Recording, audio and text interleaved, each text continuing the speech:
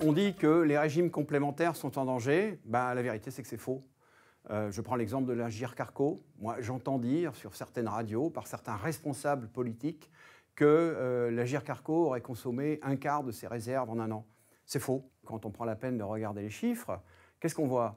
Que les réserves de l'Agirc-Arrco étaient de 66 milliards d'euros avant la crise. Elles ont baissé de 4 milliards. Alors évidemment, c'est beaucoup, 4 milliards. Mais 4 milliards, c'est les conséquences de la crise, du fait que les cotisations rentrent moins, que l'activité économique a été ralentie pendant la crise, mais en aucun cas, ça ne met le régime en danger. Et justement, le régime Agirc-Arrco prévoit, dans la façon dont il constitue, dont il gère ses réserves, les éléments de conjoncture, qui sont les équilibres démographiques, mais aussi les crises qui sont toujours possibles.